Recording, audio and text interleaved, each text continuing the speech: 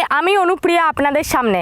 কেমন থাকবে আজকে দক্ষিণবঙ্গের আবহাওয়া, উত্তরবঙ্গের খবরই বা কী, কোথায় বৃষ্টি, কোথায় রোদ ঝলমলে আকাশ, তাপমাত্রার ফের বদল কতটা, কেমন থাকবে তিলোত্তমা কলকাতার আকাশ, সব খবরের আপডেট দেখে নিন এক নজরে। আসছে আবহাওয়ার খবর। পশ্চিমী ঝঞ্ঝার জেরে সপ্তাহ শেষে ফের পাল্টাতে চলেছে আবহাওয়ার মোড। সাময়িক বিরতির পর ফের ঝড় বৃষ্টির সতর্কতা কলকাতা সহ জেলায় জেলায়। এদিকে বৃষ্টির সম্ভাবনা আজ থেকেই লাফিয়ে লাফিয়ে বাড়বে তাপমাত্রা। কি হতে চলেছে আগামী 3 দিন? আবহাওয়ার পূর্বাভাস বলছে আংশিক মেঘলা আকাশের পরিবর্তে পরিষ্কার আকাশের সম্ভাবনা।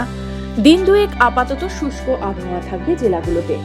শনিবার পর্যন্ত শুষ্ক আবহাওয়ার সম্ভাবনা। রবিবার থেকে ফের পশ্চিমের জেলাগুলিতে বৃষ্টির সম্ভাবনা তৈরি হচ্ছে।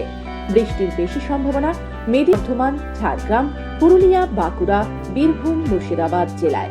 মূলত পরিষ্কার আকাশ, কোথাও আংশিক মেঘলা আকাশ। দিনের তাপমাত্রা 32 ডিগ্রি সর্বোচ্চ হতে পারে বলে অনুমান আবহাওয়াবিদদের। রাতের তাপমাত্রাও 22 ডিগ্রি সেলসিয়াসের ওপরে উঠতে পারে।